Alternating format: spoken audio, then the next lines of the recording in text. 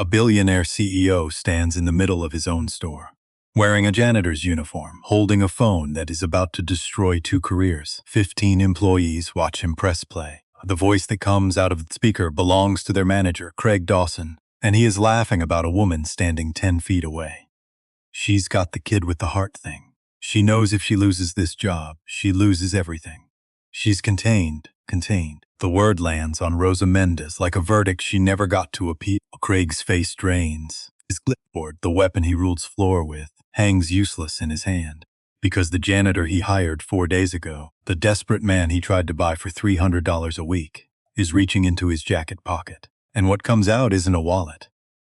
"It's a badge. My name is James Whitfield," the man says. And you. James Whitfield had not mopped a floor in 39 years. He thought about that in the back of the rental sedan. Not his usual car, not his usual driver. Detroit sliding past the window like a city that had survived things it wasn't supposed to survive. Gray sky. January light that hadn't fully committed to being light yet. A highway that needed repaving and wasn't getting it anytime soon. 39 years. He was 16 the last time he held a mop.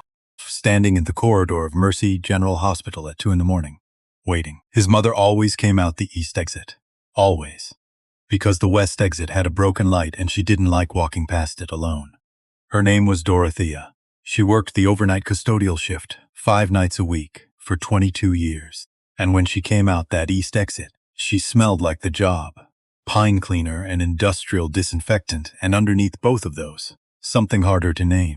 He'd found the word for it eventually, decades later. Sitting in a boardroom with people who talked about human capital and labor efficiency. Effort.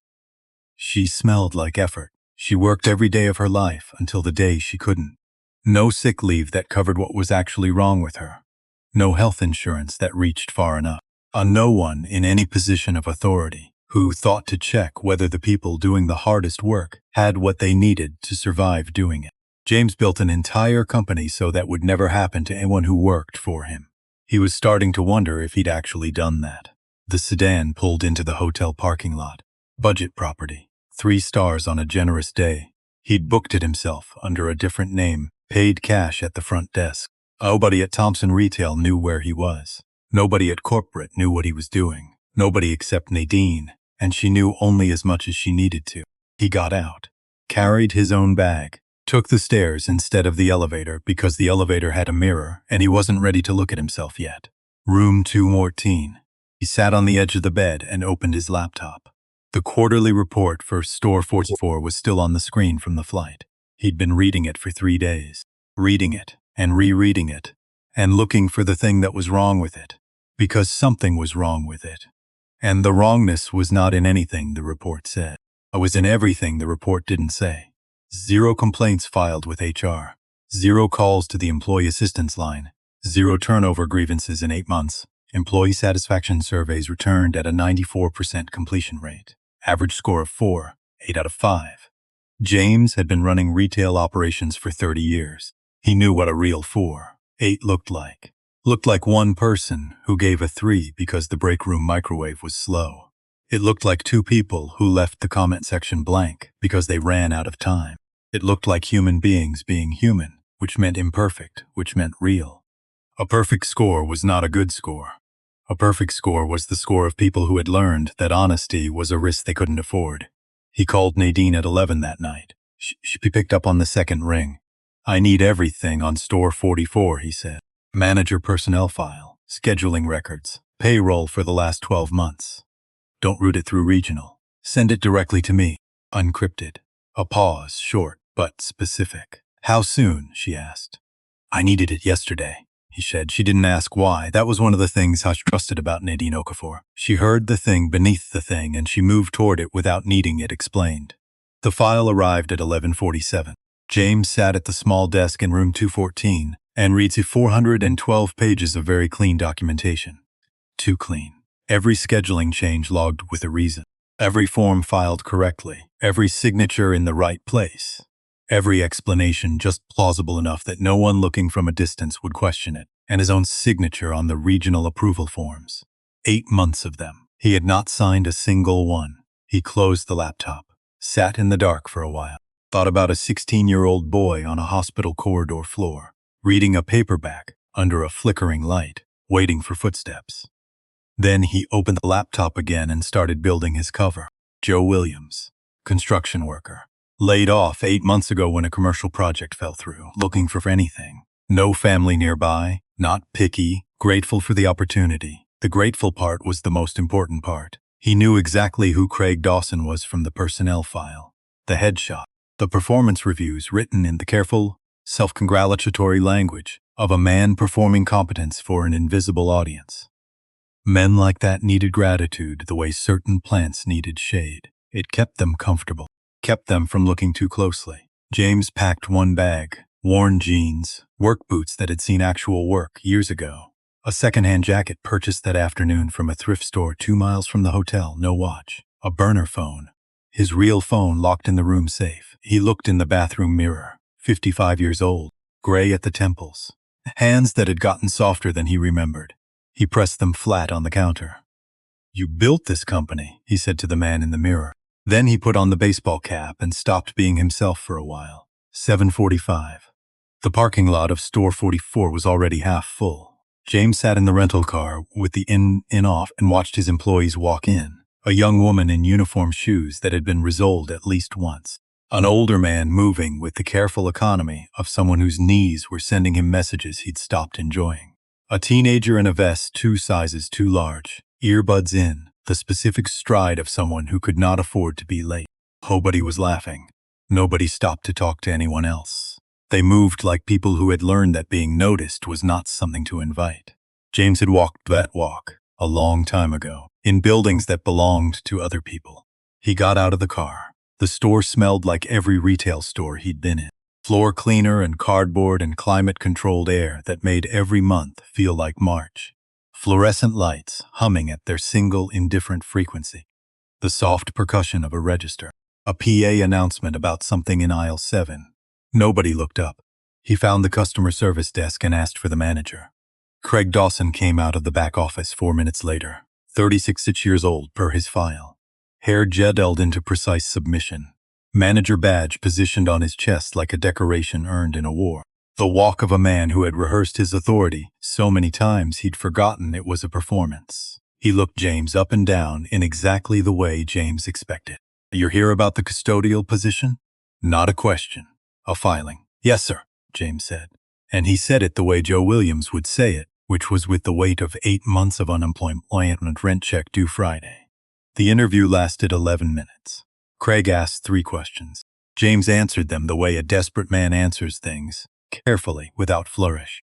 Making sure it's in project that rent and the willingness to work any shift, any hours, whatever was needed. Craig's eyes ran a calculation. "Night shift," Craig said, 10 to 6, $12 an hour. James nodded. "We may have full-time openings eventually," Craig added. "Right now it's as needed. Hours vary." A pause with a weight to it. "You understand that." James understood something different than what Craig meant, but he nodded. "You'll be working with our current custodial staff. There's a woman, Rosa. She'll show you the routine." Something shifted behind Craig's eyes. Small, practiced. "Don't let her fill your head with complaints. She has a tendency toward drama." James said nothing. Craig took that as agreement. Fine. Craig could take what he wanted. 6 hours before his first shift. James spent most of them in the parts of the store that managers don't visit unless something goes wrong. The break room, the loading dock corridor, the employee restroom hallway with its bulletin board and its human residue, a birthday card taped to the cinder block, a lost scarf notice, a holiday potluck sign-up sheet from November with most lines blank. He stopped at the schedule board. It was not disorganized. That was the first thing he understood about it. Disorganized would have been accidental. This was deliberate. Shifts crossed out and rewritten in different ink. Hours penciled in, erased, penciled again. Names scattered across weeks in patterns that made no sense if your goal was running a 45,000 square foot store efficiently, but made perfect sense if your goal was something else. He found Rosa Mendez's name. This week, 12 hours. Last week, 35. The week before, 18. The week before that, back to 12. He did the math. The math was ugly. Hours that fluctuated like that meant no consistent benefits eligibility, no ability to budget, no way to tell a doctor's billing office whether you'd have the same insurance next month as you had this one. No way to plan anything, except to keep showing up and hope the number went up. James stood at that board for a long time. Then he heard it. It came from the women's employee restroom. Not dramatic crying, not the kind that announces itself. The controlled kind, practiced. The sound of someone who had learned that falling apart in the middle of a shift was not something they could afford. But sometimes it happened anyway, in the one place where no one could see. James had heard that sound before. Through a different door, in a different building, a long time ago. He stood in the hallway and waited. Button knock. 4 move. Maybe 5. The door opened. Ceased smaller than he expected. A Latina in her early 40s. A custodial uniform washed so many times the green had gone gray at the collar. Her name badge, Rosa Mendez, custodial staff, tilted on its pin as she stepped through the door, and she caught it before it fell with a reflex that suggested she'd done it before. Her hands were shaking when she reattached it. I saw them.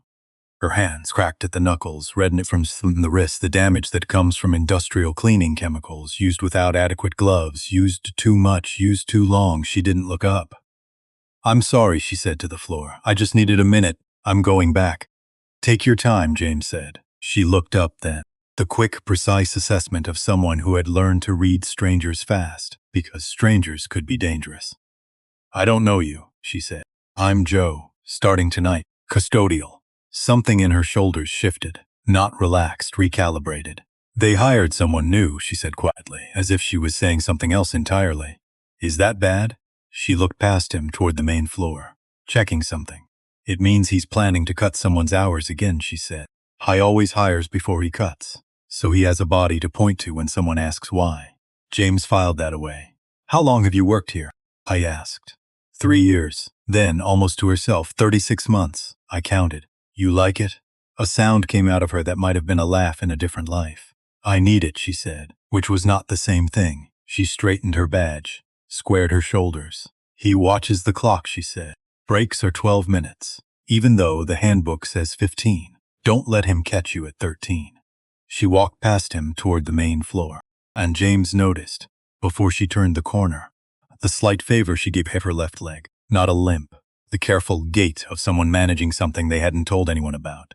He took out the burner phone and sent a text to Nadine. "Pull Rosa Mendez benefits enrollment history. Everything from hire date. I found out about Camila at 3 in the afternoon." The break room was the kind of space designed by someone who had never needed to use one. 2 folding tables. Plastic chairs that creaked when you shifted. A coffee machine that made coffee the way a vending machine makes food. Technically, but without conviction. Rosa came in for her 15-minute break and sat at the far end of the table. Pulled out a phone with a cracked screen held together with a strip of clear tape. Started typing something. Stopped. Put it face down on the table and pressed both palms flat against the surface, like she was holding something down. James poured 2 cups of the terrible coffee, brought one over. She looked at the cup, then at him. "You don't have to do that," she said. "I made too much." She took it, was quiet for a moment. "My daughter has a cardiology appointment next week," she said. Not to him exactly, out loud, the way you say something when you need it to exist somewhere outside your own head. Her surgeon moved the surgery up. Heart condition. She was born with it. She stopped. The short version is she needs the surgery soon. James kept his voice even. "How old is she?" 8. A beat. "Her name is Camila." A pause. "She's funny. She explains things to her stuffed animals like they're students. Full lectures. She has an elephant named Gerald who apparently needs a lot of remedial math." Something moved in James's chest. Small. Real. "She sounds like a lot," he said. "She's everything," Rosa said. "The way people say things when they've stopped trying to make them sound like less." Then her face changed, closed slightly. "The insurance," she said. "I've been here 3 years. I'm supposed to have full coverage by now. But my classification, Mr. Dawson changed it. Part-time temporary. Even though I work more hours than half the full-time staff." She looked at the table. "Which means the coverage I'm supposed to have doesn't apply. Which means Camila's surgery." She shook her head. "Have you talked to HR?" James asked. She looked at him as if he'd switched languages. "HR reports to Mr. Dawson," she said bluntly. "Everything here does." James looked at his cup, kept his face still. "That doesn't sound right," he said. "No," she said. "It doesn't." Somewhere on the main floor, a door opened. Rosa heard it before he did. She was already standing, already moving. The coffee barely touched. Breaks are 12 minutes, she said again. Quietly. Automatically. The reminder of a rule she'd internalized until it lived in her bones. She was gone before he could answer. Craig Dawson arrived on the floor at 3:17.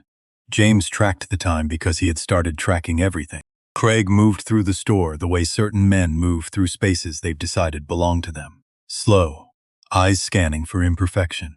He stopped at a displayed near electronics that was stared at it, didn't fix it, wrote something on his clipboard and moved on. Then he found Rosa. She was mopping near the far end of housewares. The floor was clean. James could see the overhead lights reflected in it from 20 feet away, clean in the way that takes real work. The kind of floor you could use as a mirror. Mendez. Craig's voice cut across the section. Rosa's shoulders tensed, visible even at distance. But Mendez, louder. She stopped, turned. Mr. Dawson, this floor, he gestured with the clipboard. What exactly have you been doing for the past hour? She looked at the floor, then at him. Mopping it. It doesn't look like it. James looked at the floor. The floor looked like a floor that had been mopped with skill and attention, and probably a little more care than the job required. Rosa said nothing. This was not compliance. It was a practice decision. The choice of someone who had learned that arguing cost more than absorbing. Do it again, Craig said. And this time, put some effort in. He wrote something on the clipboard. The clipboard was always there, always producing notations. James had begun to understand that the clipboard was not a tool. It was a weapon that looked like a tool. I need you in my office at 4, Craig said. Scheduling issue. He walked away, whistling. Rosa dipped the mop into the bucket and started again. Clean floor. Being cleaned again. Because the alternative was worse than the redundancy. James watched her work for a moment. Then he crossed the floor to where Craig's office sat behind its 2 glass walls and knocked on the open door. Mr. Dawson. He stood with the posture of someone who needed something. I wanted to thank you again for the opportunity. I won't let you down. Craig looked up from his desk, ran the same calculation as the morning, reached the same result. Good attitude, Craig said. I'll remember that. James nodded and withdrew, walked slowly back toward the supply area. In his 11 minutes in that office doorway, he had seen 3 things. The schedule on Craig's monitor, the payroll spreadsheet open in a second window, and in the corner of Craig's desk, a small black router that was not standard store equipment and was not connected to the store's visible network. A private router, which meant a private connection, which meant Craig was conducting some of his business on a network that bypassed corporate monitoring. James texted Nadine, private router in manager's office, not on store network. Can you trace device registrations from the outside?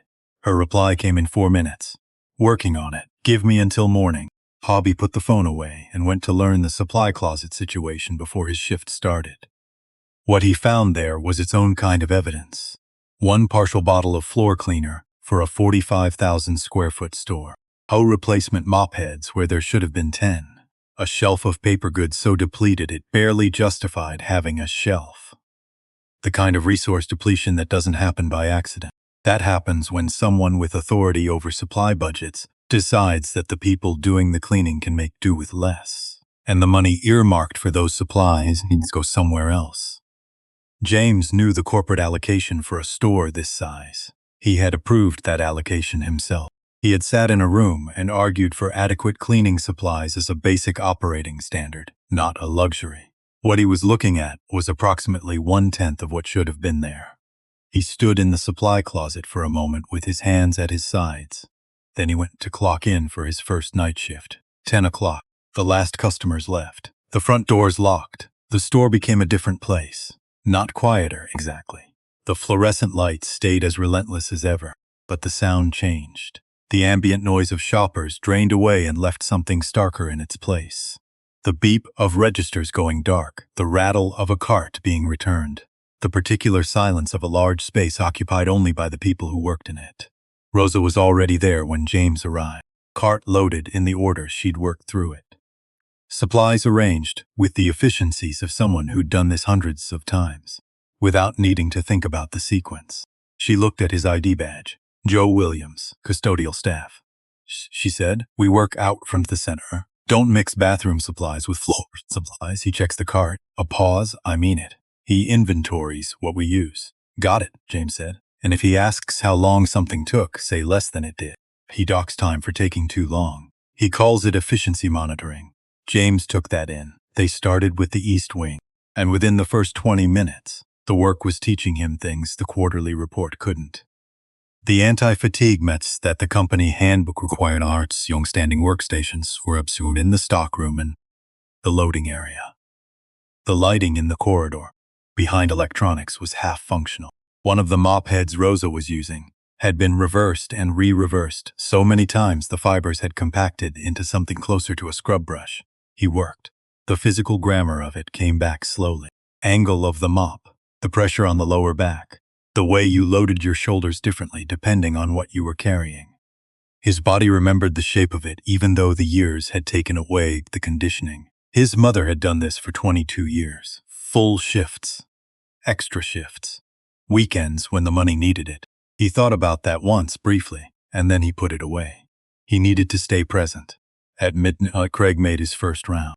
Prowled was the better word. Through the empty aisles, footsteps echoing. He found Rosa restocking paper goods in the customer restroom corridor and stood there watching her for a full minute without speaking. Then, Santos, you're behind. She didn't correct the name. James noticed that. She absorbed the wrong name without reacting, the way you absorb something that has happened enough times to stop registering as an insult. I'll catch up, she said. 30 minutes docked. Inefficiency. Craig made a note, walked away. 30 minutes, $6. 6 removed in real time while James stood 10 feet away, holding a mop. He tracked the time Craig had spent watching Rosa, then docking her. It was 4 minutes and 20 seconds. He wrote the numbers in the small notepad he kept in his jacket pocket. At 12:47, Craig completed his round and disappeared into his office. James had clocked the intervals over the past 2 hours. Craig emerged every 90 to 100 minutes. He was consistent about it, which meant there was a window. James told Rosa he was going to check the supply closet near the office corridor. She was in the middle of the housewares glass cases and didn't look up. He moved to the office corridor, positioned his cart along the wall, angled his body so the phone was blocked from any line of sight toward the door. Craig's office door was almost closed, a 2-inch gap, light falling through it in a narrow stripe. James opened his camera app, set it to video, held the phone low, angled toward the gap. Through the opening, he could see Craig's monitor clearly. A spreadsheet, employee names down the left column, hours across the top. Craig was editing. Rosa Mendez, 31 hours entered. Craig highlighted the cell, typed 12. Marcus Webb, 28 hours, changed to 16.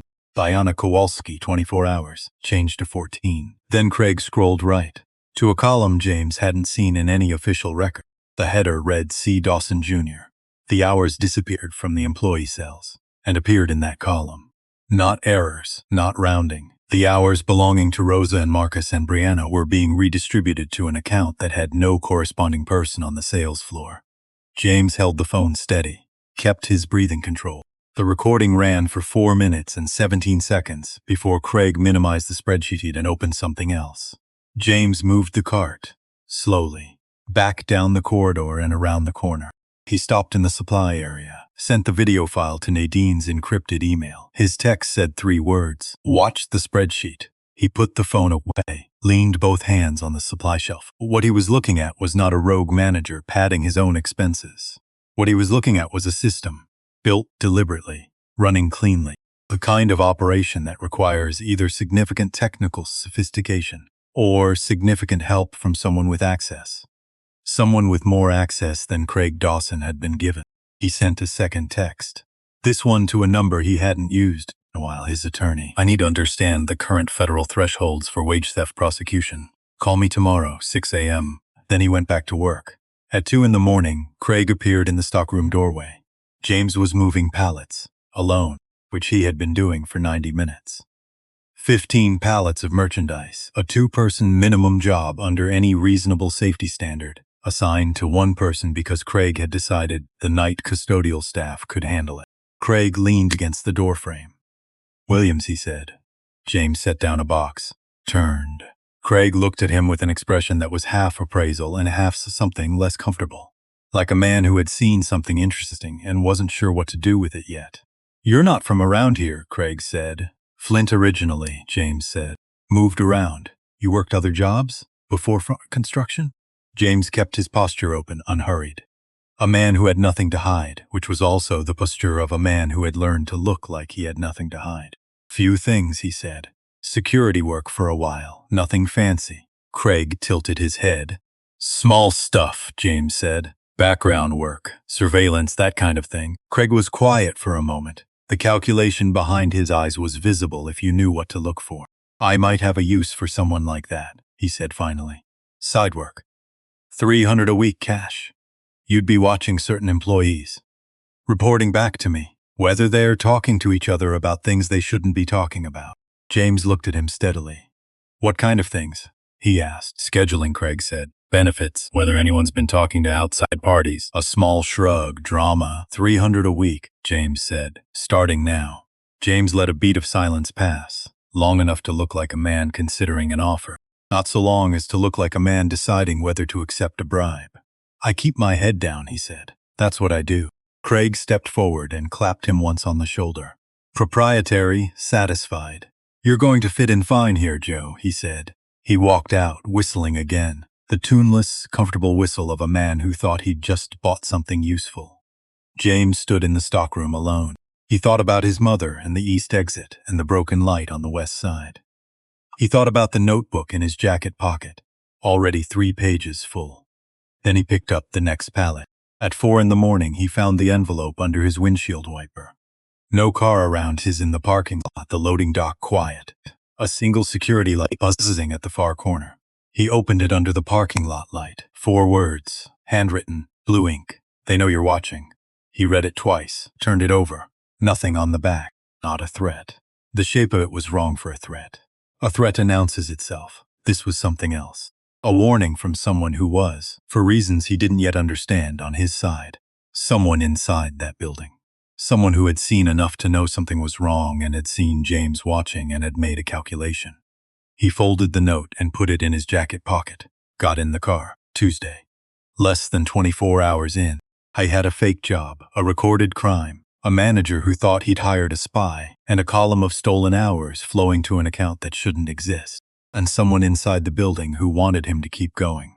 He started the car. He called Nadine at 5:53 a.m. She picked up immediately. The spreadsheet, he said. I watched it, she said. Twice. The account, see Sawson Jr. find it. Find where those hours go after they land there. I started last night, she said. James. The routing number on that account doesn't go to a person. It goes to a business account. A business. A pause. The kind that meant the answer was going to change the shape of things. A limited liability company, she said. Registered in Delaware 14 months ago. Name of the company is Efficient Operations LLC. James stared at the windshield. And the connection to Craig? He asked. Craig's gets a percentage, she said. Based on what I can see so far. But the majority of the funds go to the primary account holder for the LLC. Who? The pause was shorter this time, but heavier. The registered agent for Efficient Operations LLC, Nadine said slowly, is Garrett Pruitt. James sat in a rental car in a parking lot in Detroit at 5:53 a.m, and for a long moment he didn't say anything. Garrett Pruitt, VP of Regional Operations, promoted 4 months ago. A man who had given a toast about integrity at the company's 20th anniversary, who had read aloud at a memorial service and made everyone in the room feel better for it, who had been building a shell company 4 months before James handed him a promotion with regional access to 7 stores, who had been building it for 10 months before that. How many stores? James asked. 7 that I can confirm, Nadine said. There may be more. James looked at the building across the parking lot. Store 44. His store. Don't contact legal yet, he said. Don't contact anyone at the regional level. I need 2 more days. James, her voice dropped. The note. On your car, someone inside wants me to keep going, he said. I'm going to keep going. A breath on the line. 2 days, she said. 2 days, he said. And then we take it apart. He hung up. Sat there another moment. The parking lot was beginning to lighten. The first shift employees would arrive in 2 hours. He thought about the column of hours. About Rose's name disappearing from the cells. About a woman in her early 40s who had counted 36 months, because counting was the only control she had over any of it. He thought about Camila, 8 years old, an elephant named Gerald who needed remedial math. He thought about what 2 more days was going to cost. Then he went back to the hotel to sleep for 3 hours and come back. James had 3 hours of sleep and a legal pad full of notes. He sat at the small desk in room 214 with the curtains open and the Detroit morning coming in gray and flat through the glass. Coffee from the lobby machine. The kind that was technically coffee in the same way that particle board was technically wood. He drank it anyway. The legal pad had 4 columns. Dates, names, actions, amounts. 3 pages in, the amounts column had stopped being numbers he could look at calmly. The total was climbing past what most people in that building made in a year. And that was from one store. From 8 months of documentation, from a system that had been running across 7 locations for over a year before James had looked up from his quarterly reports long enough to notice that something was wrong with the silence. His attorney had called it 6 on the dot. Federal wage theft prosecution, the man explained, kicked in when the amount exceeded $1,000, or when the theft was part of a pattern. What James had documented cleared both thresholds by a significant margin. Add wire fraud, the transfer of stolen funds across state lines through electronic means, and the shell company structure, and they were looking at federal felony exposure for everyone in the chain. Everyone in the chain, which now included Garrett Pruitt. James wrote the name at the top of a clean page and sat looking at it. He had known Garrett for 9 years, had promoted him twice, had trusted the reports that came up through Garrett's region, because there was a way of presenting information that felt thorough, felt transparent, felt like someone who understood that good data was the foundation of good decisions. Now, James understood something else. Garrett had understood that good data was the foundation of good decisions. He'd just been curating the data, presenting the numbers that made Craig look like an efficiency genius, routing the cost savings upward to a company that existed on paper in Delaware, and making sure that every approval form that might have raised questions carried a signature that would redirect any investigation away from him. A forged signature, James's signature. He picked up the burner phone, texted Nadine, the approval forms. I need to know exactly how the signatures were replicated. Digital forgery or physical scan. Her reply came in 6 minutes, digital. Someone with system-level access copied your signature from a legitimate form you signed in March of last year, applied it as an embedded image to every approval document submitted from Store 44 for the past 8 months. The metadata shows the forgeries were created on a device not registered to any corporate account. He read it twice. System-level access meant regional management and above. Craig was a store manager. Craig didn't have system-level access. Garrett did. James put the phone down, picked up the coffee, drank it without tasting it. The private router in Craig's office, the one not connected to the store's network. That was how Craig submitted the altered payroll records and benefits changes without them passing through corporate monitoring. And Garrett, from the regional level, had the access to approve those submissions and route funds before anyone with oversight responsibility saw them. It was, James acknowledged reluctantly, an elegant construction. Oh men, 2 levels, a fake signature, a shell company in a state that asked no questions, and at the bottom of all of it, 14 employees whose hours disappeared from one column and reappeared in another. He needed 2 more days. He needed Craig to stay comfortable. He needed Garrett to stay unaware. And he needed one more piece that he didn't have yet. Something that put Garrett's own voice on the record. Not just financial documents, not just metadata. Something that made it impossible for a defense attorney to argue that Garrett had been deceived by Craig and was himself a victim of a subordinate's misconduct. He needed Garrett to speak. James changed into the worn jeans and work boots, put on the second-hand jacket, checked the burner phone, checked the notepad, put the cash Craig had promised him. The $300 he'd taken from the envelope in the parking lot, in a separate pocket. He was going to donate every dollar of it to a labor rights organization before the week was out. Then he went back to Store 44. The afternoon shift was different from the morning. More customers, fuller registers, the particular energy of a retail store in the middle of a weekday, which was steady and unremarkable, and underneath that unremarkability, quietly stressful for everyone who worked in it. James spent the afternoon in the aisles, not shopping, watching. He had become very good at watching without appearing to watch. It was a skill he'd developed early, in places where watching openly was considered a provocation. You learn to look at the middle distance, to use your peripheral vision, to absorb information through the parts of your awareness that didn't announce themselves. Brianna Kowalski was at Register 3, 7 months pregnant, moving with the careful deliberateness of a body that was managing more than it had signed up for. Between transactions, her left hand rested on the counter edge.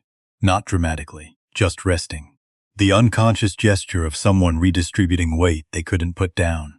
James watched a supervisor walk past her 3 times without stopping, without asking, without acknowledging in any way that the woman at Register 3 was 7 months pregnant and had been on her feet for 4 hours. The supervisor's name tag said Kevin. Kevin had the specific eyes of someone who had learned that paying attention to certain things was a liability.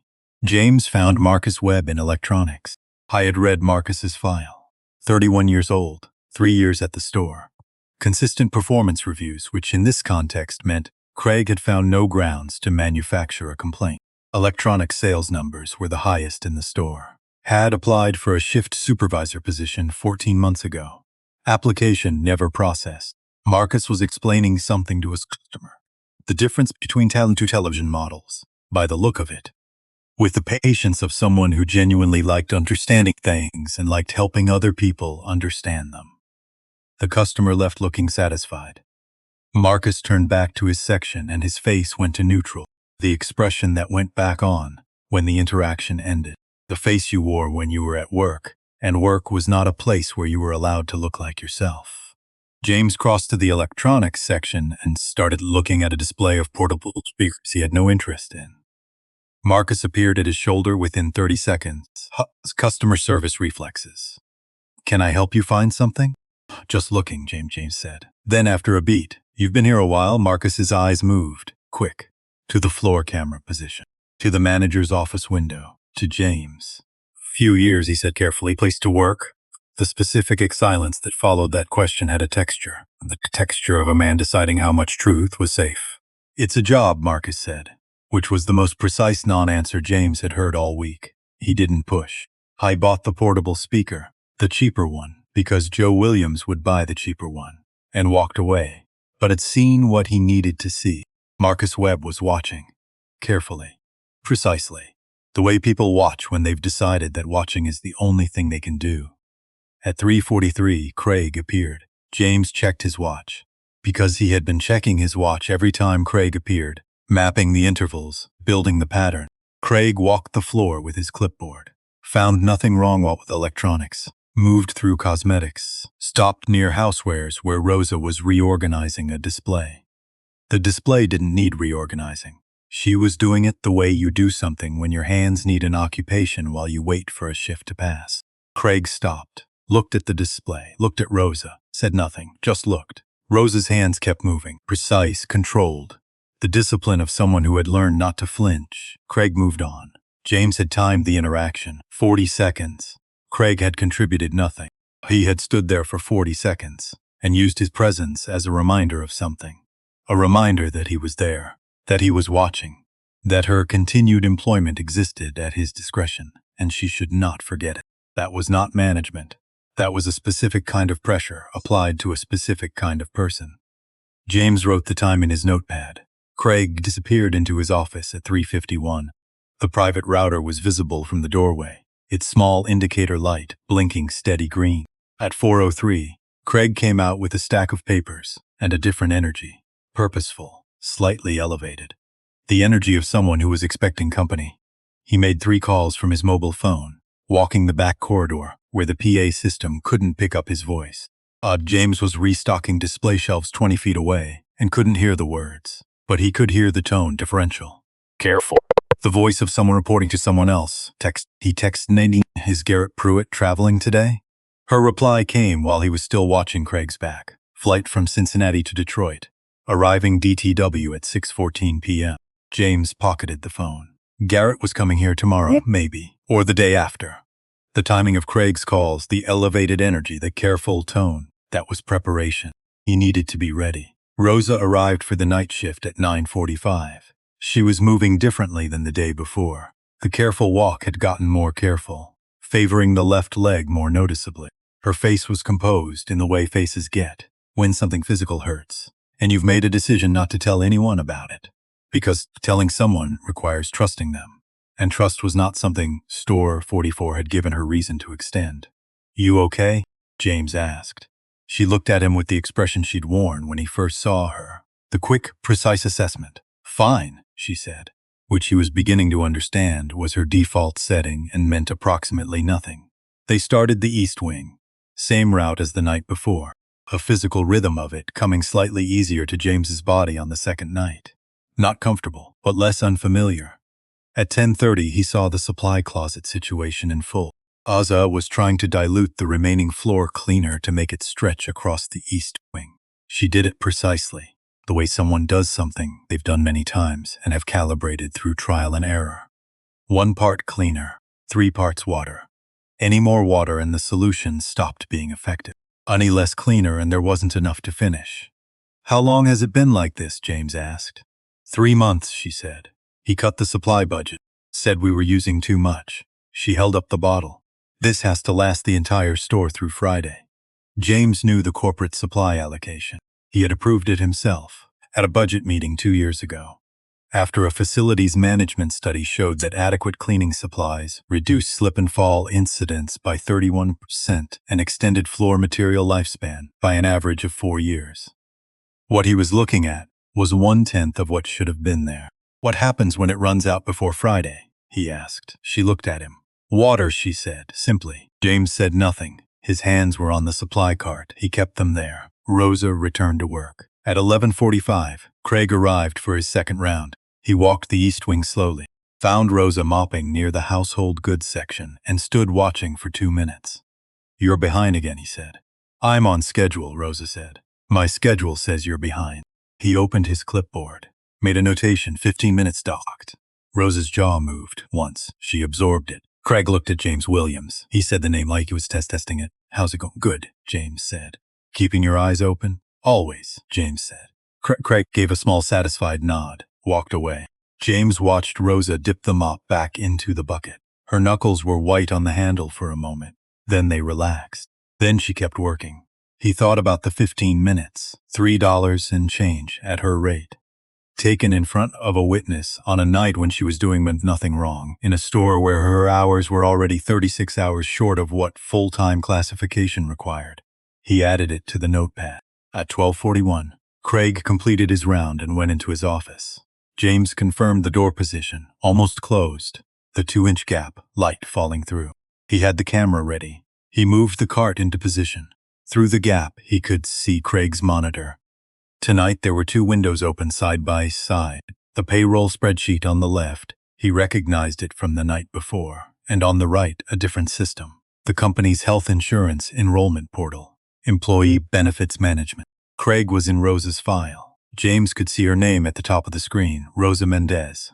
Employment classification, benefits eligibility. Craig clicked through the drop-down menu. The classification field read, full-time permanent, eligible.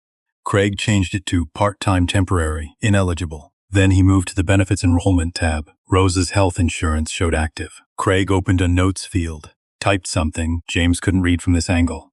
Clicked submit. The status changed, active. A suspended pending reclassification review. It took 40 seconds. The kind of thing that takes 40 seconds and changes a family's life. James was recording all of it. He held the phone steady, kept his breathing even. The file was uploading to Nadine's encrypted server in real time. Then Craig picked up his phone, dialed. James couldn't hear the voice on the other end. Too much distance, too much door between them. But he could hear Craig, and Craig was not using his floor voice.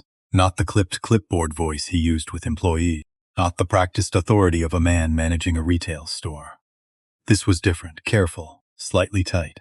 The voice of someone who reported to someone and knew it. "I updated the Mendez file," Craig said. "And the new one, Kowalski, she's 7 months along, so she'll be out soon anyway. Put her on inventory rotation starting Thursday. She'll quit before the month's out." A pause, listening. "Hours are 14% from last quarter. That's what you asked for." Another pause. Shorter. "I know you said 15. I'm getting there." James held the phone steady. "The new guy is fine. He's useful. I've got him watching Mendez and Webb." A pause. "Yeah, I checked him out. He's clean, just desperate." A low sound that might have been a laugh. "Best kind." James thought I have been underestimated my entire career by exactly this kind of man. Mendez's situation is handled, Craig continued. She's not going to file anything. She's got the kid with the heart thing. She knows if she loses this job, she loses everything. A pause longer. Garrett, that's what I'm telling you. She's contained. Garrett. Not a subordinate checking in with a peer. A subordinate checking in with his architect. I'll have the numbers to you by Friday, Craig said. 7 stores, same projection. You'll have what you need for the board presentation. A pause. Thursday works. See you then. The call ended. James moved the cart. Down the corridor, around the corner, into the supply area. He stopped recording, uploaded the file, sent Nadine a text, audio attached. Garrett Pruitt directing operations. He's coming to the store Thursday. I need FBI field office contact by morning. Do not move on anything yet. He put the phone in his pocket. Stood in the supply closet surrounded by insufficient resources and fluorescent light and the particular weight of knowing exactly what you're dealing with. Garrett Pruitt, who had given a toast about integrity, who had sat in budget meetings and talked about taking care of people, who was coming to the store on Thursday to review the numbers that Craig had built on stolen hours and suspended insurance, and the calculated exploitations of people who couldn't afford to fight back. Thursday was 2 days away. James looked at the nearly empty cleaning supply shelf. Then he went back to work. Wednesday was the night things got physical, not with Craig. Not in the way James had been bracing for. Rosa fell in the stockroom at 11:47. It wasn't dramatic. That was the thing about workplace injuries that happened to people who were used to managing pain quietly. They tended not to be dramatic. A wet spot on the concrete near the back pallet section. Ho warning cone. No anti-slip mat, because the anti-slip mats had been removed from the stockroom budget 5 months ago, along with the adequate cleaning supplies and the function lights in the electronics corridor. Rosa caught herself on the shelving unit, but she caught herself hard, left wrist taking the impact. James was there in 20 seconds. She was on the floor, not badly down, but down. Don't move, he said. Take a second. I'm fine, Rosa. His voice came out differently than he intended. Quieter, more direct, not Joe Williams's voice. Take a second. She stopped, sat on the concrete and breathed. Her left wrist was at an angle that made him think she'd caught herself with real force. Can you move it? He asked. She tried, kept her face still. But the stillness itself was information. We're filing a report, he said. She looked at him sharply. Joe, tonight, before the shift ends. Whatever Craig does with it, the documentation exists. That matters. If I file a report, he'll use it. She said it without heat, just fact. He'll add it to the performance file. Unreliable. Prone to accidents, it becomes a reason. I know what he does with reports, James said. She went still, looked at it. The 2-inch gap between what he'd said and what Joe Williams should have been able to know opened in the air between them. You know what he does, she said slowly. James held her gaze. Yes, he said. A pause, the longest one since they'd met. Rosa looked at him the way people look at someone when they're recalculating a conversation they thought they understood. Joe, she said quietly, who are you? He wanted to answer. Right here, on this stockroom floor, with its absent mats and its single overhead bulb, at 11:47 on a Wednesday night. He didn't. Someone who's been watching, he said. And someone who needs one more day. Can you trust me for one more day? She studied his face. I've been trusting the wrong people for 3 years, she said. I know, he said. I'm going to try to be a different kind. Another long pause. One more day, she said. He helped her up. She wrapped the wrist herself with a bandage she found in the first aid kit. Not the proper kind, the improvised kind, and went back to work. Stopping was not something she had decided to let herself do. At 4 a.m, Marcus Webb found James in the parking lot. James had stepped out to send files to Nadine. The loading dock was quiet. The night had gotten colder, the Michigan January asserting itself after a mild evening. Marcus appeared from the employee entrance, looked both ways across the lot, walked to where James was standing. He was holding an envelope, not cash, folded papers, pulled from the inner pocket of his jacket. I don't know who you are, Marcus said, and I'm not asking, but you look at Craig the way someone looks at a thing they already understand. He held out the envelope. I've been keeping these. James took it. 14 months, Marcus said. Payroll printouts before he edits them. I screenshot the scheduling board before his changes and after. I've got them dated. I annotated what I could see was different. He paused. I didn't know what I was going to do with them. I just knew it was wrong, and I thought maybe if I had it written down, if someone ever showed me to do something. He stopped. James opened the envelope, scanned the top sheet, payroll register. Before column and after column, Keg's is visible in the margins in Marcus's careful blue pen annotations. 14 months of careful Marcus, James said. I need you to trust me for one more day. Marcus looked at him steadily, the same steady look he'd worn in electronics when James asked if it was a good place to work. I've been trusting the wrong people for 14 months, he said. One more wrong one isn't going to make it worse. He walked back inside. James stood in the parking lot alone, holding an envelope that contained, along with everything else he had accumulated, enough to make a federal case that no defense team on Earth could dismantle. He put it in his jacket pocket, next to Craig's $300, hucks to the notepad, 4 pages full now, next to the burner phone, with its recordings and its encrypted uploads, and its thread of text to Nadine that had been building toward this moment since Monday morning. He texted her. Ready to move Thursday afternoon. Store meeting at 3 p.m. FBI needs to be positioned outside by 2:30. Garrett will be in the building. I want him in the building when it happens. Her reply came immediately. Already coordinated. Field agent confirmed. They'll stay outside until your signal. Garrett's car rental shows he picked up a vehicle at DTD at 6:42 p.m. Wednesday. He's in Detroit. James looked at the store entrance. Thursday, less than 12 hours. He went back inside and finished the shift. Thursday started with the black SUV. James saw it from the parking lot at 9:22. He was returning a cart to the storage unit, had his back to the lot, and heard the specific sound of a vehicle that cost more than it needed to. He did not turn around. He heard the door open, heard footsteps on pavement. The particular cadence of someone who walked like their time was worth tracking. On Craig's voice from the employee entrance. Warmer than James had ever heard it. The full register shift of a man greeting someone whose opinion of him determined his income. Garrett, good to see you. And Garrett's voice, familiar, relaxed, a voice James had heard in conference rooms and at dinners, and at the anniversary event where Garrett had stood up and talked about what it meant to build something that lasted. How are things here? Clean, Craig said. Real clean. Their footsteps moved inside. The door closed. James stood with his hands on the cart, breathed. He thought about Efficient Operations LLC, registered in Delaware 14 months ago. About 7 stores and the amounts in the amounts column of his legal pad. About a forged signature applied to 8 months of approval forms.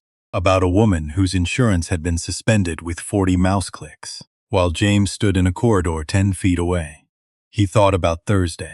He went inside. He spent the morning doing something he had not done in years, walking the store, not the edges floor, the aisle by all aisle. The way a customer moves, slow, stopping, looking. He watched his employees. The cashier near the entrance, late 20s, efficient. The smile of someone good at her job, who knew that being good at it didn't protect her from anything. The stock clerk in dry goods, with the methodical pace of someone who had found a rhythm and was staying in it, because rhythm was the only way to make a shift feel manageable. Diana at Register 3, the hand on the counter edge between transactions, 7 months. Still here, still showing up. And Rosa, in the back through the stockroom door, working one-handed, the bandaged wrist held slightly away from her body, moving slowly but moving, because Rosa Mendez had not decided to stop. James stood in the housewares aisle for a long time. He thought about the handbook, the one Rosa had told him she'd kept, the one she'd read. He had written that handbook, personally. 12 years ago, at the kitchen table of the house he'd bought when the company had its first profitable quarter, starting at midnight, finishing near 4 in the morning, thinking, these are the rules, these are the things that make us different. He had written it, and then he had gotten busy, and then other people had implemented it, and then other people had overseen those people, and then it had become paper, policy on paper, living in handbooks given to new employees and filed in drawers. And in the distance between the midnight kitchen table and store 44, something had been consumed whole. At 2:15, Garrett appeared on the floor. He walked with Craig with his clipboard, Garrett with his hands in his pockets, the ease of someone doing a comfortable review. They moved through electronics, through housewares, past the register lanes. Garrett asked questions James couldn't hear. Craig answered them with the posture of a student who had prepared. James was in hardware, reading the back of a package of picture hooks. watching through 3 sets of displays and 1 open sightline. At 2:31, Nadine texted him, in position outside. Patricia is with me. FBI unit tour confirmed 2:45. You're clear when ready. He put the phone away, looked at the clock above customer service, 47 minutes. He went to find Rosa. She was in the break room, eating half a sandwich at one of the folding tables. The cracked screen phone face down beside her, the bandaged wrist resting in her lap. He sat across from her. She looked at him. Tomorrow, he said. Camilla's insurance review. They said 30 days, she said. It won't take 30 days, he said. She studied him. The same look from the stock room, the recalculation. You keep saying things like that, she said. Like you know. I do know, he said. How? He held her gaze. Because I'm going to make sure, he said. That's the only way I can say it right now. But I need you at the 3 o'clock meeting. Whatever Craig has planned, be there. Rosa looked at her and then at him. Is something going to happen? Yes. Yes, he said. She was quiet. Something good or something bad, she asked. James thought about the recordings, about the evidence on Nadine's servers, about the FBI unit positioned in the parking lot, about Garrett Pruitt, currently walking his own crime scene with his hands in his pockets. Something necessary, he said. Rosa looked at him for a long moment. Her face did the thing it had been doing all week, the door opening slightly, the careful extension of something she'd been holding back. Okay, she said. One word. Small. Waited. She picked up the other half of the sandwich and finished it. And James sat across from her in that break room, in that inadequate chair, under those fluorescent lights, and thought about what it cost a person to keep saying okay in a place that had given her no reason to. 3 o'clock was 18 minutes away. He was ready. James changed in the employee restroom at 2:58. Not his clothes. He didn't have different clothes. What he changed was the way he carried himself.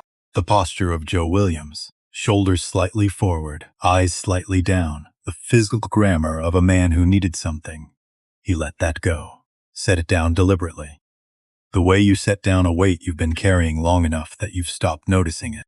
He stood at the sink and ran cold water over his hands. 4 days. His palms still had the beginning of calluses forming where the mop handle had pressed. His lower back was doing something he'd need to address when this was over. His hands looked like hands that had worked, which they hadn't looked like in a long time. He dried them, reached into his jacket pocket and found the items in sequence. The notepad 4 pages full, the burner phone with its recordings, the folded papers from Marcus's envelope, Craig's $300 which he was going to donate before the week ended, and last. In the breast pocket where he'd kept it since Monday morning, the CEO badge. He looked at it. Thompson Retail. James Whitfield, Chief Executive Officer. He had carried this in his pocket for 4 days, while mopping floors and moving pallets, and listening to a woman describe diluting cleaning solution with water, because there wasn't enough budget for the real thing. He had carried it while Craig Dawson stole hours from people who couldn't afford to lose them, while a shell company in Delaware collected the difference. While a man James had promoted shook his hand at dinners and used the word integrity. He pinned the badge on, looked in the mirror. Not Joe Williams. Not a cover story. Just himself. 55 years old. Gray at the temples. The son of a woman named Dorothea who had worked overnight custodial shifts for 22 years and smelled like effort when she came home. He walked out of the restroom and toward the main floor. Nadine's text came at 2:59. FBI unit in position. 2 agents at each entrance. Patricia is ready with the HR team, give the word. He typed back 1 character, a period, which she would understand as, wait for me. He rounded the corner into the main floor. The meeting was already assembling. Craig had arranged it the way he arranged everything, deliberately, with attention to the geometry of power. 15 employees in a semicircle near customer service. Craig at the center with his clipboard. The open space around him that he always manufactured, the invisible perimeter that said, this is my territory and you are in it. James count the faces. Rose at the back of the group, bandaged wrist at her side. Marcus on the right, arms crossed, expression neutral in the way that wasn't actually neutral. Brianna near the register counter, standing because there were no chairs, one hand resting on the counter edge. 12 others James had watched over 4 days. Cashiers, stock clerks, a woman from cosmetics who moved like someone who had learned to be invisible.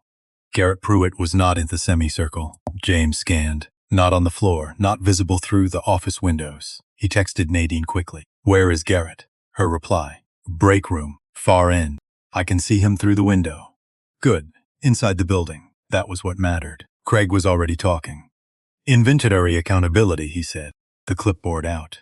The notations ready. Starting next week, any discrepancy in your assigned section comes out of your pay. Miscounts, missing merchandise, damaged goods, it gets logged and deducted. He held up a stack of forms. You're each going to sign one of these today acknowledging the new policy. James watched the faces. The particular expression of people receiving information they know is wrong but have no language for in this context. The resignation that wears the mask of compliance, because a compliance is the only option that doesn't cost something immediately. Brianna's hand tightening on the counter edge. Marcus looking at a fixed point above Craig's head. Rosa very still. The stillness of someone who had absorbed so many things and was absorbing another one. Craig was still talking. I know some of you may have questions. The answer is that this is a company directive and it's non-negotiable, effective. That's not a company directive, James said. From the back of the semicircle. Not loud. Clear. Every head turned. James walked through the group. People stepped aside without quite knowing why. Something in the quality of his movement. The way he was no longer moving like a man who needed something from this building. He stopped in the center of the space, across from Craig. Craig's expression ran through several states in quick succession. Confusion. Recognition that something had shifted. The beginning of something that wasn't quite fear, but was adjacent to it.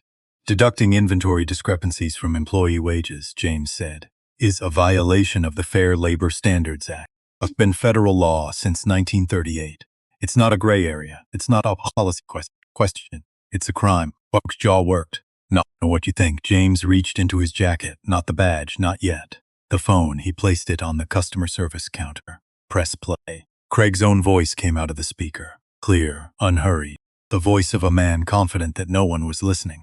Yeah, I updated the Mendez file. And the new one, Kowalski. She's 7 months as long, so she'll be out soon anyway. I put her on inventory rotation starting Thursday. She'll quit before the month's out. Nobody moved. The recording kept going. Hours are down 14% from last quarter. Garrett, that's what you asked for. The name hit the room differently than everything else had. James felt it. The shift in the air when Garrett Pruitt's name came out of Craig Dawson's mouth in Craig Dawson's own voice. The Mendez situation is handled. She's not going to file anything. She's got the kid with the heart thing. She knows if she loses this job, she loses everything. She's contained. James reached over and stopped the recording. The word sat in the room. Contained. He looked at Craig. Craig had gone the color of old concrete. His clipboard was still in his hand. Held now not like a weapon, but like something to hold on to. That recording is, he started. Michigan, James said. One-party consent state. I was a participant in the conversation. You can't, this is. Craig's voice was losing its shape. You don't know who you're dealing with. Garrett Pruitt is. James reached into his breast pocket, took out the badge, put it on, and for the first time in 4 days, he stood in this building as himself. The silence that followed was the kind that has weight. My name is James Whitfield. He said, I am the founder and CEO of Thompson Retail. I have been working in this store since Monday morning, and I have spent 4 days documenting what has been happening here. He let that land. 15 people, 14 employees, and one man who was not an employee anymore. Craig Dawson, James said. You are terminated, effective immediately. Craig moved, not toward James, toward the registers. The instinct of a man who needed to get to something. His phone, his office, the private router, and whatever documentation he thought he had that might still protect him. James said, don't. One word. Craig stopped. Because the front doors opened at that moment, and Nadine walked in with Patricia Moore and 2 other people whose bearing made their purpose clear, even without the credentials they were prepared to show. Craig looked at them, looked at James, looked at the phone on the counter, and the last calculation Craig Dawson ever ran in that building came up with nothing. But he had one card left. He played it. I think this is just me. His voice was rising, uneven. The sound of a man who had built his security on other people's, discovering that the fear had transferred. I think Garrett set this up alone. You want to see the approval forms? You want to talk about whose signature is on everything? He pointed, shaking. Your name is on 8 months of approvals. Every form, every quarter. You want to take me down, you're going to take yourself down with me. Nobody is going to believe a word against a VP when the CEO's own signature. The signatures were forged, James said. Quiet, exact. The pointing hand dropped. Digital document forensics confirmed it 3 days ago, James said. The FBI has the full forensic report. Our private router provided the connection Garrett used to generate and transmit the forged documents. The metadata traces back to a device registered to Efficient Operations LLC. He paused. Which is Garrett Pruitt's shell company, which has been receiving wage theft proceeds from 7 stores for 14 months. Craig's mouth was open. Nothing came out.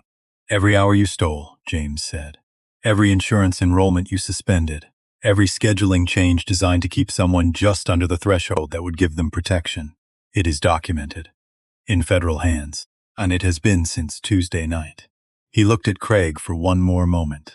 Then he looked at the 2 agents near the door. They walked forward.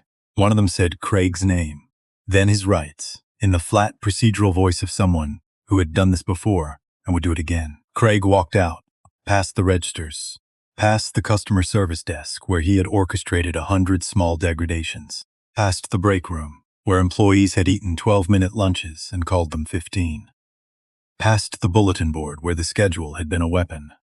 The front doors closed behind him. James stood in the center of the customer service area and let the silence happen, 'cause it needed to. 15 people, 14 now, standing in a semicircle. The aftermath of something, the specific stillness that follows when a pressure that has been constant. Stop. Brianna made a sound, small, involuntary. Both hands on the counter, now, not crying. Something past crying, something that didn't have a clean category. Marcus exhaled. The exhalation of a man releasing something that had been stored in his chest for 14 months. Rosa stood at the back of the group. She hadn't moved since the recording played. Same position, same stillness, but different now. The stillness of someone who had heard her own name come out of a speaker in her manager's voice and learned, in a public room full of her coworkers, exactly how she had been spoken about when she wasn't there. She was contained. She had been contained. James looked at her. She looked back at him. He nodded. Once. And she nodded back. Once, which was the whole conversation for now. Ideen pulled James aside at 3:22. Garrett is still in the break room, she said quietly. He heard the recording. The agents have been watching him through the window. He hasn't moved. Does he know the agents are here? He knows something is wrong. He hasn't made any calls. His phone is on the table in front of him, and he hasn't touched it. Which told James something. A man who didn't know he was caught would be calling his attorney by now. A man who understood what was happening would be doing the math on what calling anyone might cost him. I'll talk to him, James said. Nadine started to say something. I'll talk to him, James said again. Not dismissively, just certain. She stepped back. James walked to the break room. Garrett Pruitt was sitting at the far table, jacket still on. Hands folded on the table surface in the deliberate way of a man imposing order on himself. His face, when James came through the door, ran through 3 expressions in the space of a second. Recognition, calculation, and underneath both of those, the specific thing that no amount of composure could entirely suppress. He knew. James sat across from him, the same table where Rosa ate half a sandwich, the same plastic chairs, the same terrible light. Neither of them spoke for a moment. Then Garrett said, How long? I've been here since Monday, James said. No. Garrett's voice was controlled. How long have we known? Tuesday night, James said. When I heard your name on Craig's phone. Garrett looked at the table. A muscle moved in his jaw. I want you to understand something, James said. Not for your benefit, for mine. I need to ask you directly. He leaned forward slightly. You sat in my boardroom for 9 years. You told me what was working and what wasn't. I had every opportunity to tell me that the pressure you were putting on regional managers to cut labor costs was producing this. He paused. Why didn't you? Garrett looked up. Because you wanted the numbers, he said. That's what you wanted. Every quarter, better numbers. And I gave them to you. I wanted honest numbers. You wanted better ones, Garrett said again, not defensively, flatly.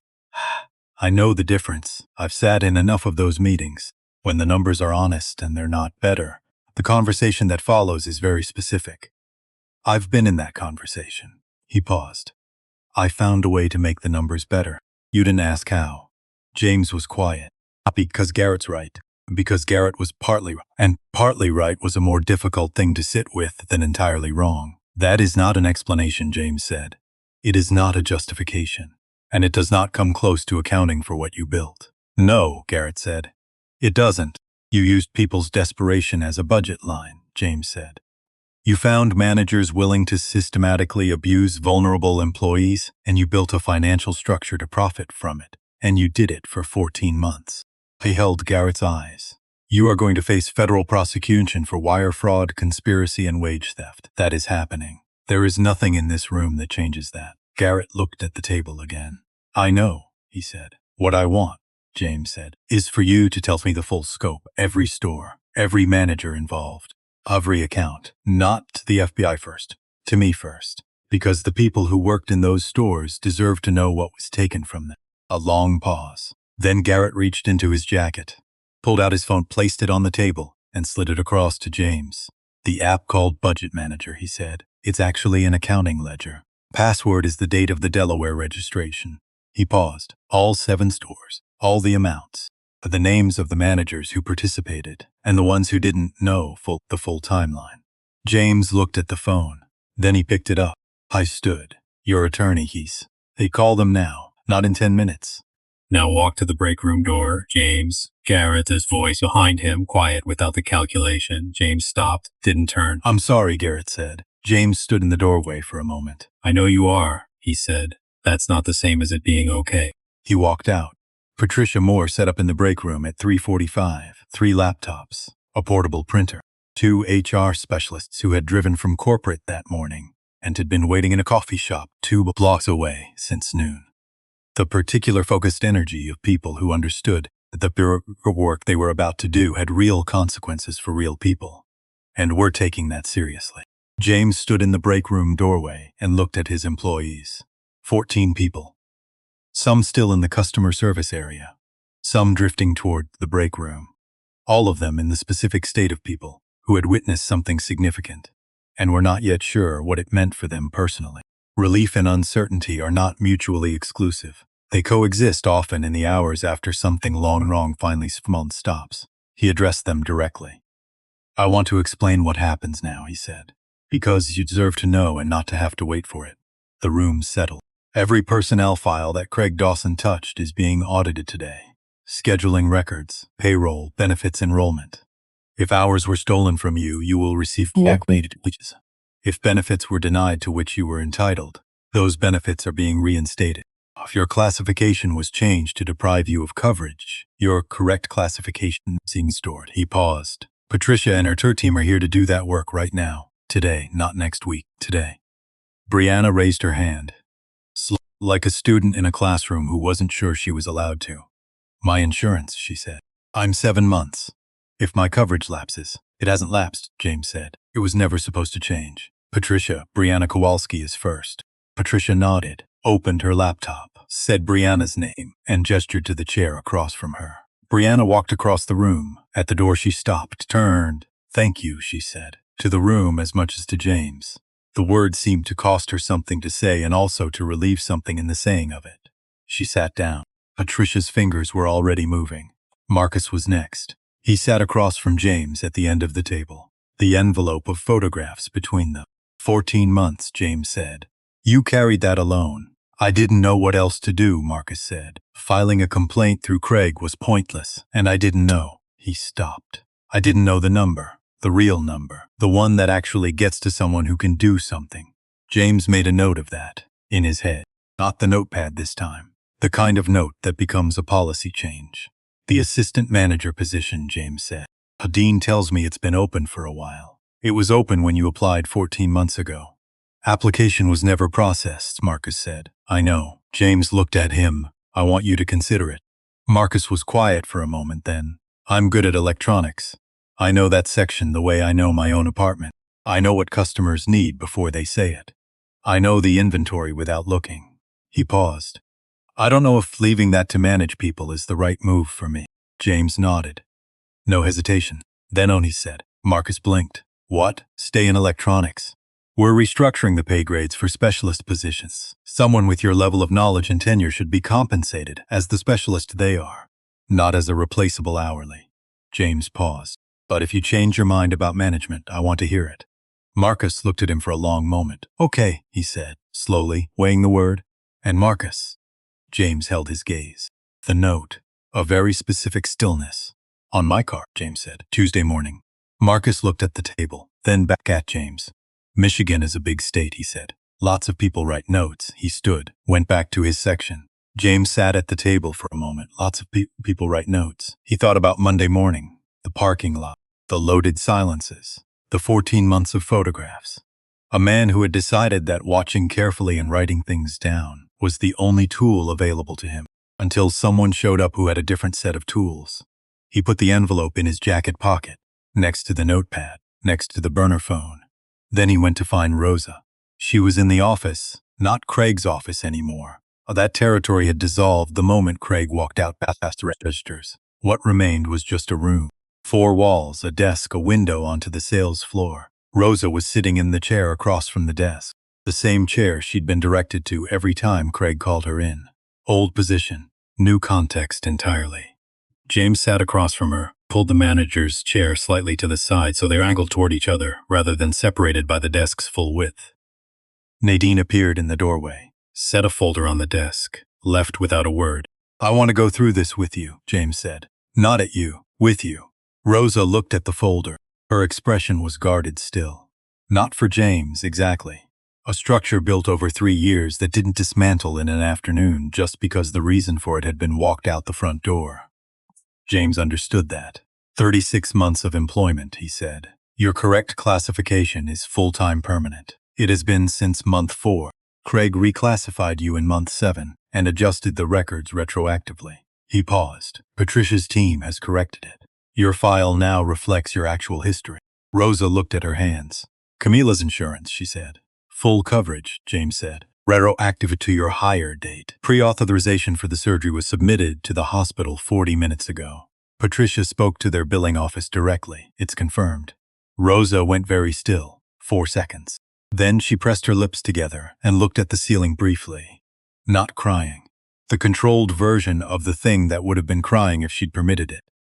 The surgery is Tuesday, she said. I know, he said. It'll be covered, she nodded, absorbed it with the discipline of someone who had learned that hope was a thing you received carefully. Back wages, James said. $14,847. Unpaid overtime. The rate difference over 36 months. And benefits contributions that should have been made on your behalf. He put the sheet in front of her. The check will be issued within 48 hours. Rosa looked at the number, didn't touch the paper. That's real, she said quietly. She looked up. What happens to this store? She asked. That depends partly on you, he said. She went all still, different kind of still. I want to offer you a management training program, James said. 6 months. Shift supervisor immediately, with training running alongside. Business fundamentals, operations, and personnel management. Company covers everything. Your current salary stays the same throughout. She was already shaking her head. Small. Automatic. I clean floors, she said. You managed a broken operation for 3 years, he said. With inadequate supplies, an illegal schedule, denied benefits, and a risk that needed attention you didn't report because you couldn't afford to. You managed. Every single shift. I don't have a degree, she said. You have something I can't teach in a classroom, he said. You know what it costs to work here. You know the difference between a policy on paper and a policy on the floor. I can teach you profit margins. I cannot teach you what you already know. She looked through the window at the sales floor, at her colleagues moving differently than they'd moved this morning. The nearly imperceptible shift between people being surveilled and people being trusted. What if I'm not good at it? She said. Something loosened in James's chest. The right question. Not performed humility. Genuine. Then you'll know something about yourself you didn't know before, he said. And I'll have been wrong about my read of people, which has happened, not often, but it has. The corner of her mouth moved, not a smile. They are okay, she said. Not the okay of someone with no other option. The okay of someone who had decided. James stood. Camila, he said, when she's recovered, if she wants to visit. Rosa looked up. She's been asking about the store. She wants to see where I work. Bring her, he said. I'll show her around personally. Rosa stood, straightened her badge. Still said Rosa Mendez, custodial staff. The new one hadn't been printed yet, but she wore it differently.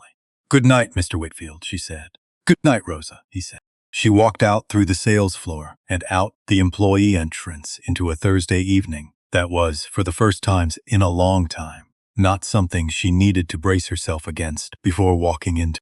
James stood at the office window, watched his employees. Marcus in electronics closing his section with the precision of someone who had always known his own value and was now in a place that knew it too. Brianna near the entrance, coat on, the specific ease of a person handed back something that should never have been taken. He stayed until the last employee had gone, turned off the light in Craig Dawson's office, and left. 6 months later, January, Chicago, the National Retail Federation Annual Conference. 800 people. The kind of room James had been standing in various configurations for 30 years. He had been asked to speak about profitability metrics. He had proposed a different topic. The program read, "The floor he never forgot. What happens when leadership loses its distance?" "I mopped floors for 4 days," he said. "My own floors, in my own store. And I found out that the person I had placed in charge had been systematically stealing from the people who worked there for 8 months. With the knowledge and direction of an executive I had promoted, across 7 locations, for over a year." The room was quiet. "It happened because I stopped paying attention," he said. "Not because I was careless about the business. I was reading every quarterly report, tracking every metric. What I wasn't doing was standing close enough to the work to see what the metrics were built on." He clicked to the first slide. Rosa Mendez, in a blazer, name badge straight. The posture of someone who had walked into her own authority. "She worked custodial for 3 years, he said. Systematically denied benefits she'd earned. Hours manipulated to keep her just under the protection threshold. She never filed a formal complaint.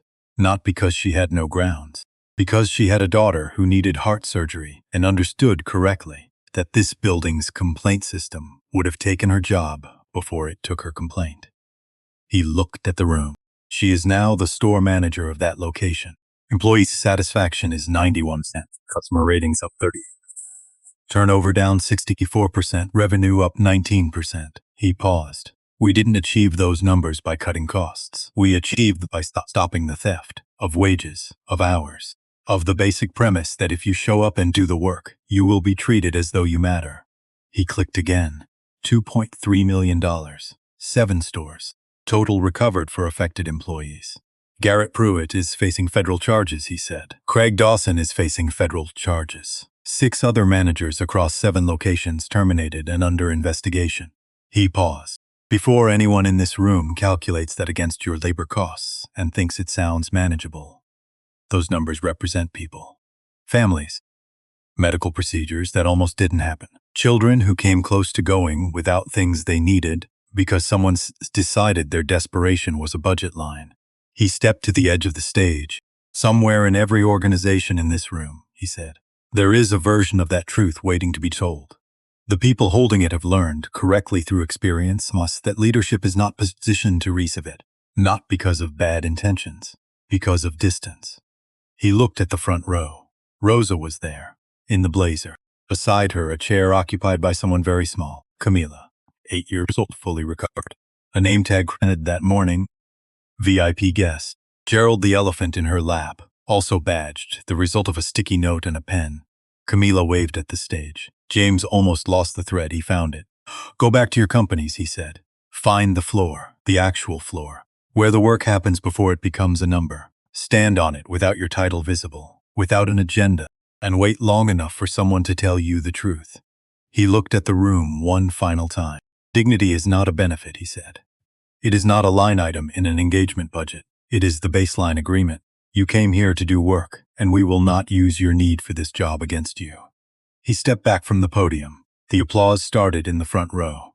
For the second time in 4 days, the first person to stand was Rosa Mendez.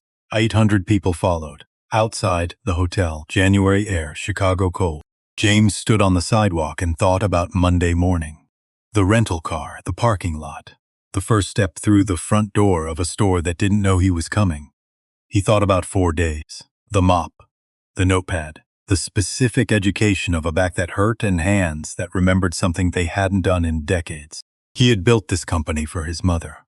He was going to run it for Camilla. He straightened his jacket, walked back inside.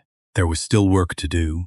there was always still work to do, and for the first time in a long time, that felt like exactly what it was supposed to feel like.